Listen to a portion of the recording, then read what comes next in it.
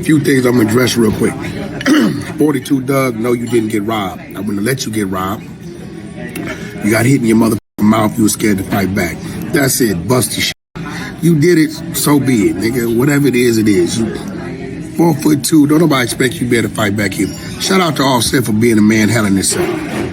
You can scream and screech and all. Nobody give a about none of that. Any nigga speaking for you, them two, they wasn't there. So the 42 Dugg, Offset, and Wack100 thing has continued. Now first I'm going to recap my last video and then I'm going to go over the new information. Now my last video, if you listen closely, you heard me say that Wack100 told two different stories. The first time he told the story, he said that Offset was shooting dice. It was his turn. 42 Dugg left with his money and he wasn't supposed to leave because it wasn't his turn and he owed Offset like 20 bands. So he said that Offset walked out, took the money out of 42 Dugg's pockets and punched him. Nigga did it like a gangster when Dugg pockets took his money and fired on Dugg. One-on-one, boom, pow. Now the second time that Wack told the story, he said that Offset did not take any money from 42 Dugg, but he did punch him. If Dugg, you didn't get robbed, which he didn't, nobody took your jewelry, which they didn't. So as you heard from the two different clips, obviously two different stories. One story where he gets robbed, another story where he didn't get robbed. But here's the crazy part. Apparently after Wack told the first story, when he said that 42 Dugg got robbed, 42 Dugg hit him up and said, hey bro, like you gotta clear this up, like why you got people like talking about me and doing all this. Now Academics was the first person to post this, so I'm guessing that 42 Dugg sent this directly to Academics. As you can see, Wack100 says, I won't speak on it again, I'ma leave it right there. Then 42 Dugg says, Blueface lost 5, I would have never forgotten nothing like that, cause no one would ever play with me like that. Wack says, you been around me on tour, all that, ain't none of us pussy and we too close with our comrades, I'm off of it. Then 42 Dugg says, Wack, we both know I wouldn't have left if someone took something from me. Then Wack100 nervously says, Neff, I'll clean it up and I won't speak on it again, you trust me.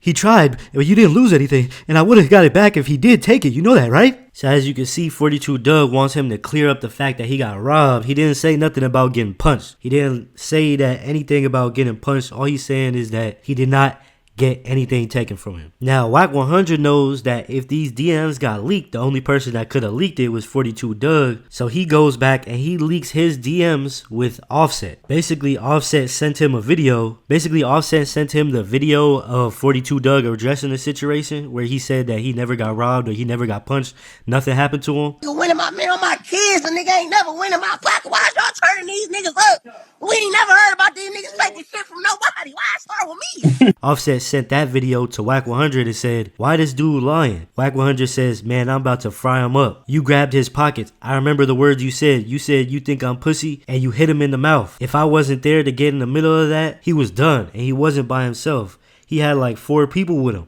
I walked him out the gate after I argued with you to go back into the studio. Then Offset says that 42 Dugg is lying on his kids. Wack100 says again, I'ma fry him up on No Jumper Friday. I had to argue with you to get you in the studio. And Offset says, facts. Now I'm not gonna lie, a lot of people do not like Wack100 and for good reasons most of the time. But when the proof is in the pudding, the proof is in the pudding. You can't deny these text messages. Something happened that night. And for a long time, the rumors have always been that Lil Baby and Offset and the Migos don't get along because of a situation that happened with 42 Dugg and Offset.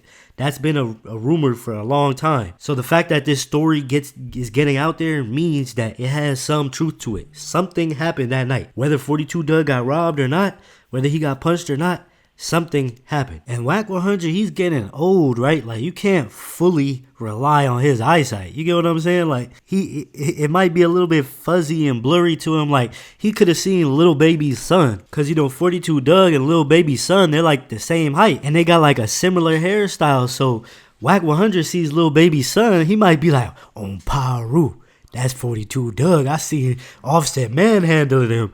Like, nah, bro, like, that's just Lil Baby's son. Like, he was just giving him a hug goodbye, like, before he left the studio. Like, he going with Lil Baby. So, you know, you take it with a grain of salt. Take it how you want. Whether you believe Wack100 or not, that's up to you guys. To me, the proof is in the pudding. The rumors have always been that something happened with 42 Dugg at a dice game, and that started the issues with Lil Baby and the Migos. That's what the rumors was. Now the full story is getting out. I personally believe the full story, but I'm just another person commentating on it. So let me know what y'all think. Do y'all believe this story that's going on? Do you think that this is the beginning of the little baby, the beef that split up QC? Do y'all think that's true? Let me know what y'all think.